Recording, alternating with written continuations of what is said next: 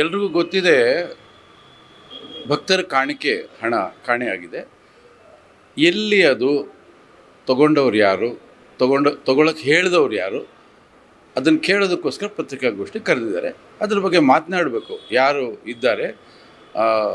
ಸರ್ಕಾರ, ಕೇಂದ್ರ ಸರ್ಕಾರ ಮತ್ತು ರಾಜ್ಯ ಸರ್ಕಾರ ಅವ್ರದ್ದೇ ಇದೆ, ಮಾತಾಡಿ ಯಾಕೆ ಮೌನವಾಗಿದ್ದೀರಾ ಅಂತ ಕೇಳ್ತಾ ಇದ್ದಾರೆ. ಬಿಜೆಪಿ ಅವರು ಆರೋಪ ಮಾಡ್ತಾರೆ, ಕಾಂಗ್ರೆಸ್ ಅವರು ಇಷ್ಟಿನ ರಾಮ ಮಂದಿರ ಬಗ್ಗೆ ಏನೂ ಮಾತಾಡಿಲ್ಲ, ಇವಾಗ ಏನಕ್ಕೆ ಧ್ವನಿ ಎತ್ತುತ್ತಾ ಇದ್ದಾರೆ. ಇದು ಕಾಂಗ್ರೆಸ್ನವ್ರು ಕೇಳೋ ಪ್ರಶ್ನೆ ಅಲ್ಲ, ಈ ದೇಶದ ಪ್ರತಿಯೊಬ್ಬ ಭಕ್ತರು ಕೇಳೋ ಪ್ರಶ್ನೆ. ಯಾಕೆಂದರೆ ಯಾರ್ದು ಆಸ್ತಿ ಅಲ್ಲ ಇದು, ಭಕ್ತರ ಕಾಣಿಕೆ, ಭಗವಂತನ ಮೇಲೆ ಇಟ್ಟಿರ್ತಕ್ಕಂಥ ನಂಬಿಕೆ ದ್ರೋಹ ಮಾಡೋದು. ಅಂದರೆ ನೀವು ಕಾಣಿಕೆ ಎಲ್ಲ ಲೂಟಿ ಹೊಡಿತಾ ಇದ್ದರೆ ಯಾರೂ ಮಾತೇ ಆಡಬಾರ್ದು. ಹಾಗಾದರೆ ಕೇಳ್ತೀವಿ, ಪ್ರತಿಯೊಬ್ಬರು ಕೇಳ್ತೀವಿ. ಶ್ರೀರಾಮನ ನೀವು ಪ್ರಚಾರಕ್ಕೆ ಬಳಸ್ಕೊಂಡು ಏನು ಸಂದೇಶ ಕೊಡ್ತೀರಿ ದೇಶದ ಜನತೆಗೆ? ಏನು ಸಂದೇಶ ಕೊಡ್ತೀರಿ? ದೇವರ ಹೆಸರಲ್ಲಿ ನೀವು ಹಣ ಲೂಟಿ ಮಾಡಿ ಅಂತ ಸಂದೇಶ ಕೊಡ್ತೀರಾ? ಆ ಪ್ರಶ್ನೆ ಕಾಂಗ್ರೆಸ್ ಕೇಳ್ತದೆ. ಕಾಂಗ್ರೆಸ್ಸು ಅಂತಲ್ಲ, BJP ನಾಯಕರು ಕೂಡ ನಿಂತ್ಕೊಂಡು ಇದನ್ನು ಖಂಡಿಸಬೇಕು.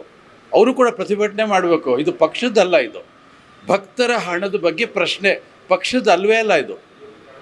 ಕಾಂಗ್ರೆಸ್ ಅವರಿಗೆ ಇವಾಗ ರಾಮನ ಮೇಲೆ ತುಂಬ ಆಸೆ ಬಂದುಬಿಟ್ಟಿದೆ ಅಂತ ಏನು ಹೇಳ್ತಾರೆ, ಆರೋಪ ಮಾಡ್ತಾರೆ. ಅಯ್ಯೋ ಅಲ್ಲ, ಶ್ರೀರಾಮನ್ನ ನೀವು ಯಾವಾಗ ಗುರುತಿಸ್ಕೊಳ್ತಾ ಇದ್ದೀರಿ? ಒಂದು ಪಕ್ಷವನ್ನು ಕಟ್ಟೋದಕ್ಕೆ ಶ್ರೀರಾಮನ್ನ ಬಳಸ್ಕೊತಾ ಇದ್ದೀರಿ, ಒಂದು ಸರ್ಕಾರವನ್ನು ಅಧಿಕಾರಕ್ಕೆ ತರೋದಕ್ಕೆ ಶ್ರೀರಾಮನ್ನ ಬಳಸ್ಕೊತಾ ಇದ್ದೀರಿ. ಇವಾಗ ಹುಂಡಿ ಹಣ, ದೇಣಿಗೆ ಹಣ ಎಲ್ಲ ಕದಿಯೋದಕ್ಕೆ ಶ್ರೀರಾಮನ್ನ ಬಳಸ್ಕೊತಾ ಇದ್ದೀರಿ. ಹಾಗಾದರೆ ಶ್ರೀರಾಮನ ಭಕ್ತರು ಯಾರು? ನಿಮಗೆ ದೇವ್ರ ಮೇಲೆ ನಂಬಿಕೆಯೇ ಇಲ್ಲ. ಹಾಗಾದರೆ ದೇವ್ರ ಮೇಲೆ ಭಯ ಇಲ್ಲ, ಭಕ್ತಿ ಇಲ್ಲ, ದೇವ್ರ ಮೇಲೆ ನಂಬಿಕೆ ಇಲ್ಲ. ಹಾಗಾದರೆ ನೀವು ದೇವ್ರ ಪೂಜೆ ಮಾಡೋದು ಸುಮ್ಮನೆ ನಾಟಕನ? ಜನರಿಗೆ ತೋರಿಕೆಗೋಸ್ಕರ ದೇವ್ರ ಪೂಜೆ ಮಾಡ್ತೀರಾ ನೀವು? ದೇವಸ್ಥಾನಗಳಿಗೆ ಹೋಗೋದೇನು, ಅಡ್ಡು ಬೀಳೋದೇನು, ಕರ್ಪೂರ ಮಂಗಳಾರತಿ ಬೆಳಗೋದೇನು, ಇವೆಲ್ಲ ಬರೀ ನಾಟಕನ. ಹಾಗಾದರೆ ಏನು ಸಂದೇಶ ಕೊಡ್ತಾ ಇದ್ದೀರಾ ನೀವು? ನಾವು ಲೂಟಿ ಹೊಡಿತೀವಿ, ನೀವು ಲೂಟಿ ಹೊಡೀರಿ, ನಾವು ನಿಮ್ಮನ್ನು ಕೇಳಲ್ಲ, ನೀವು ನಮ್ಮನ್ನು ಕೇಳಲ್ಲ ಅಂತ ಸಂದೇಶ ಕೊಡ್ತಾ ಇದ್ದೀರಾ? ಹೇಳಿ. ಈಗ ಒಂದು ಸಿನಿಮಾದಲ್ಲಿ ಹೀರೋ ಜೊತೆ ವಿಲನ್ಗಳು ಹೊಡೆದಾಡ್ತಾ ಇರ್ತಾರೆ. ಆದರೆ ಒಂದಷ್ಟು ಜನ ವಿಲನ್ಗಳು ಹೊಡೆದಾಡಿದ್ರೆ ಅವ್ನು ವಿಲನ್ ಅಲ್ಲ, ಅವನಿಗೊಬ್ಬ ನಾಯಕ ಇರ್ತಾನೆ. ಅವನು ಆದೇಶದ ಮೇಲೆ ಇವನು ಬಂದು ಫೈಟ್ ಮಾಡ್ತಾನೆ. ಆ ಥರ ಇದು ನೀವು ತೋರಿಸ್ತಾ ಇರೋದೆಲ್ಲ ಯಾರಪ್ಪ? ಅದು ಸಣ್ಣ ಪುಟ್ಟದ್ದವರು. ನಿಮಗೊಬ್ಬ ನಾಯಕ ಇದೆಲ್ಲ, ಅವ್ನು ಯಾರು ಅಂತ ಕೇಳ್ತಾ ಇದ್ದೀವಿ. ಯಾಕೆ ಅವನ್ನ ಮುಚ್ಚಿಡ್ತಾ ಇದ್ದೀರಿ? ತೊಗೊಂಬನ್ನಿ ಹೊರಗಡೆ, ತೋರಿಸಿ. ಇಲ್ಲಾಂದರೆ ಒಪ್ಕೊಳ್ಳಿ, ಅವನ ಜೊತೆಲಿ ನಾವು ಶಾಮೀಲಾಗಿದ್ದೀವಿ, ಈ ಲೂಟಿ ಹೊಡೆದಿರೋ ಹಣದಲ್ಲಿ ನಾವು ಭಾಗಿ ಅಂತ ಹೇಳಿ. ಸೊ ಈ ಒಂದು ಪ್ರಕರಣದಲ್ಲಿ ದೊಡ್ಡ ದೊಡ್ಡ ಹೆಸರುಗಳೇನು ಬರುವ ಸಾಧ್ಯತೆ ಏನಾದರೂ ಇದೆಯಾ ಸರ್? ಬರಲೇಬೇಕು. ಯಾವಾಗಲೂ ಒಂದು ಹೇಳ್ತೀನಿ ಕೇಳಿ, ಇದು ಸಣ್ಣ ಮೊತ್ತ ಅಲ್ಲ, ಬಹಳ ದೊಡ್ಡ ಮೊತ್ತ. ಇಷ್ಟು ದೊಡ್ಡ ಮೊತ್ತದ ಆಸೆ ಸಣ್ಣ ಪುಟ್ಟದವ್ರಿಗೆ ಬರೋದೇ ಇಲ್ಲ, ಸಾಧ್ಯನೇ ಇಲ್ಲ. ಯಾರೋ ಒಬ್ಬ ಮಾಸ್ಟರ್ ಪ್ಲ್ಯಾನ್ ಮಾಡಿಕೊಂಡು ದೊಡ್ಡ ವ್ಯಕ್ತಿ ಇದ್ದಾನೆ, ಭಯನೇ ಇಲ್ಲದೆ ಅವನಲ್ಲಿ ಮಾಡಿದ್ದಾನೆ ಅಂದರೆ ಅವನಿಗೆ ಯಾರ ಅಭಯ ಇದೆ? ಯಾರ್ದು ಅಭಯ ಇದ್ದೇ ಇರಬೇಕಲ್ಲ.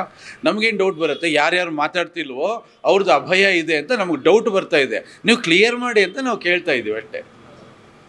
ಸರ್, ಇನ್ನೊಂದು, ಈ ಪ್ರಕರಣದಲ್ಲಿ ಸಣ್ಣ ಪುಟ್ಟ ಪ್ರಕರಣ ಆದರೆ RSS ಆಗಿರ್ಬೋದು, ಹಿಂದೂ ಪರ ಆಗಿರ್ಬೋದು, ಚೆನ್ನಾಗಿ ತುಂಬ ದೊಡ್ಡದಾಗಿ ಏನೇನೋ ಮಾಡ್ತಾರೆ. ಆದರೆ ಈ ಒಂದು ದೊಡ್ಡ ಪ್ರಕರಣದಲ್ಲಿ ಹೇಗೆ ಸರ್ ಮೌನ ಮುರಿತಾ ಇರ್ತಕ್ಕಂಥದ್ದು? ನಾವು ಅದೇ ಪ್ರಶ್ನೆ ಮಾಡ್ತಿರೋದು. ನೀವು ಯಾಕೆ ಮೌನವಾಗಿದ್ದೀರಿ? ಮಾತನಾಡಿ. ನಿಮ್ಮ ಮೌನ ನಮಗೇನು ಸಂದೇಶ ಕೊಡ್ತಾ ಇದೆ? ನೀವು ಹೇಳ್ತೀರಿ ಮೊನ್ನೆ ಮುಖ್ಯಮಂತ್ರಿಗಳು, ಆ ರಾಜ್ಯದ ಮುಖ್ಯಮಂತ್ರಿಗಳು, ನಾನು ಯಾರನ್ನೂ ಬಿಡೋದಿಲ್ಲ ಅಂತ. ಇದು ಹೆಂಗಾಗ್ತದೆ ಕತೆ ಅಂದರೆ, ಒಂದು ಮನೇಲಿ 9 ಜನ ಇರ್ತಾರೆ. ಆ ಮನೆಗೆ ನೆಂಟರು ಬರೋಲ್ಲ, ಸ್ನೇಹಿತರು ಬರೋದಿಲ್ಲ. ಬೀಗ ಮನೆ ಒಳಗಡೆ ಏನೇನಿದೆ ಎಲ್ಲ ಅವ್ರಿಗೆ ಗೊತ್ತಿರುತ್ತೆ. ಕಳುವಾಗಿದೆ ಮನೆ ಒಳಗಡೆ. ಕಳುವಾದಾಗ ಮನೆ ಯಜಮಾನ ಮನೆ ಹೊರಗಡೆ ಬಾಗಿಲಲ್ಲಿ ನಿಂತ್ಕೊಂಡು ಬೀದಿಲಿ ಹೇಳ್ತಾನಂತೆ, ನನ್ನ ಮನೇಲಿ ಕಳುವಾಗಿದೆ, ನಾನು ಯಾರನ್ನೂ ಬಿಡೋದಿಲ್ಲ ಅಂತ. ಹಾಗಾಯ್ತಲ್ಲ ಕತೆ ಇದು. ಕಳ್ಳ ಮನೆ ಒಳಗೆ ಇದ್ದಾನೆ, ನೀವು ಹೇಳಿ ಯಜಮಾನ ಇಂಥವನೇ ಕಳ್ಳ ಅಂತ ಡಿಕ್ಲೇರ್ ಮಾಡಿ. ಸರ್, ಇವಾಗ ಪ್ರಿಯಾಂಕ ಖರ್ಗೆ ಹೇಳಿದ್ರು ಪಥಸಂಚಲನಕ್ಕೆ ಕಡ್ಡಾಯವಾಗಿ ಪರ್ಮಿಷನ್ ತಗೋಬೇಕು ಅಂತ ಹೇಳಿದ್ರು. ಅದಕ್ಕೆ ಅವ್ರ ಮೇಲೆ ಬೆದರಿಕೆ ಅಡ್ಡಗಳೆಲ್ಲ ಬರ್ತಾ ಇದೆ. ಅದ್ರ ಬಗ್ಗೆ ಏನು ಹೇಳ್ತೀರಾ? ಅಲ್ಲ, ಅದೇನು ಯಾವ ಪ್ರಕ್ರಿಯೆಗಳು ಯಾವ ರೀತಿ ಆಗಬೇಕು ಅನ್ನೋದು ಸಚಿವರುಗಳು ಗೊತ್ತಿರ್ತದೆ, ಪ್ರತಿಯೊಬ್ಬರಿಗೂ ಗೊತ್ತಿರ್ತದೆ. ಅದ್ರ ಪ್ರಕಾರ ಆಗಬೇಕು ಅಂತ ನೆನ್ನೆ ಎಲ್ಲರೂ ಹೇಳಿದ್ದಾರೆ. ಅದು ನಡೀಲಿ ಬಿಡಿ.